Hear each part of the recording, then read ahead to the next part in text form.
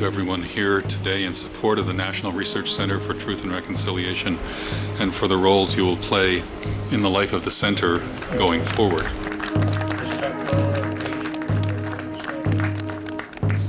Today's event was really about moving into this physical space in the best way possible and to acknowledge the importance of ceremony in our development as a center.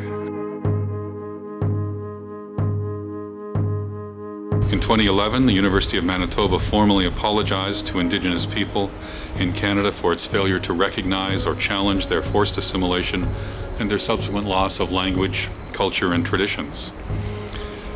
Having offered that apology, it remains our intention to work for reconciliation in every way that we can. That includes transforming this beautiful historic building into a warm and welcoming venue at the heart of this campus, and we're committed to ensuring that it's used by as many people as possible.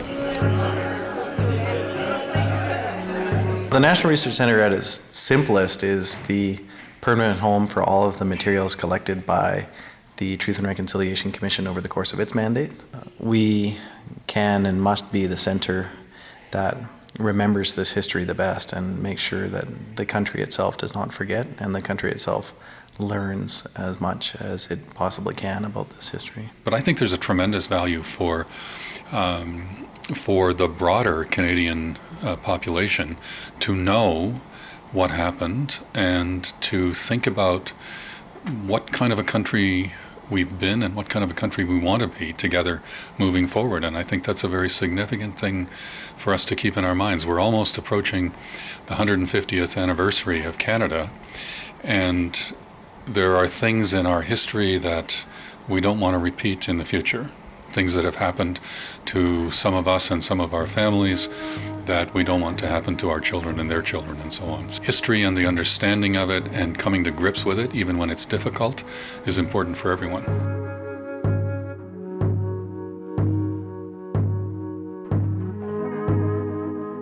People who maybe grew up after most of the residential schools closed actually don't even realize that we had residential schools. So this is going to be a really, really significant component in educating the Canadian public about what happened.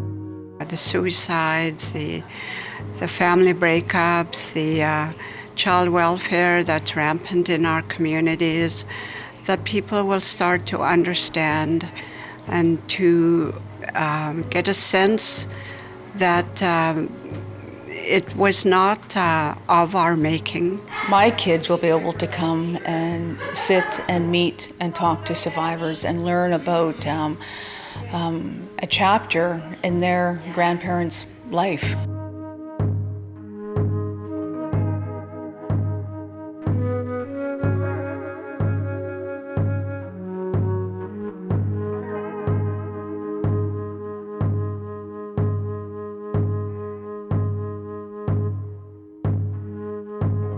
We have about 7,000 survivor statements. We have about 4 million records, some 40,000 photographs.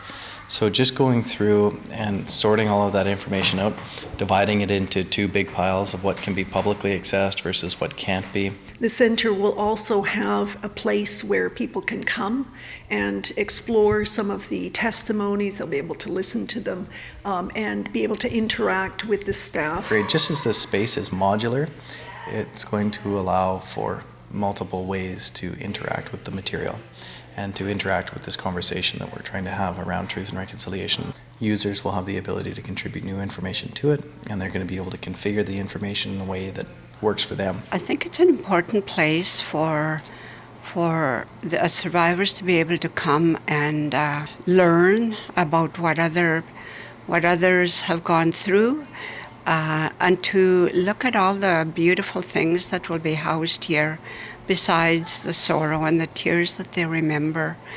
I think it's important for them to have a warm place, a comfortable place, and a place where people will greet them with respect and honor them because of what they've been through. This was an attack on families, and the attack on families that happened resulted in many breakdowns in the relationships within families. And even for a lot of survivors, they just weren't able to talk about their experiences in residential schools, so they never really told their kids like where they were, what happened.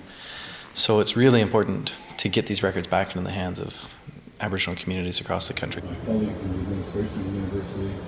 As all of my aunts and uncles have experienced residential school, including both my parents. So it is something very personal for me and something very real for me.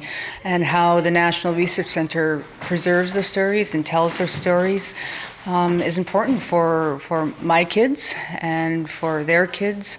Us telling them the truth or talking about it and having a reconciliation with them, with our families and with our children.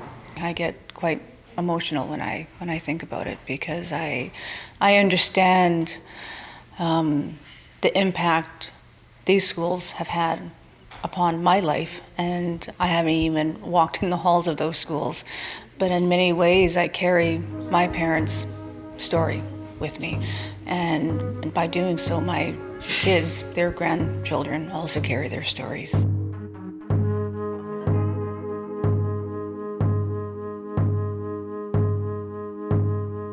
I always knew that what they were teaching us in those schools was not right, that our language was not important, that it was important, and that our culture was not good. It was good, that the community that we came from was a source of our strength.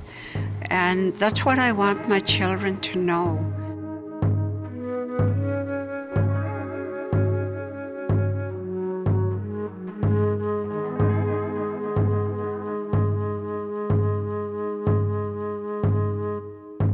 And I know they'll be sad sometimes when they come here, but hopefully each time they leave and go through the doors back out into their community or back home to where they reside, that they will leave with the knowledge of good thoughts about us.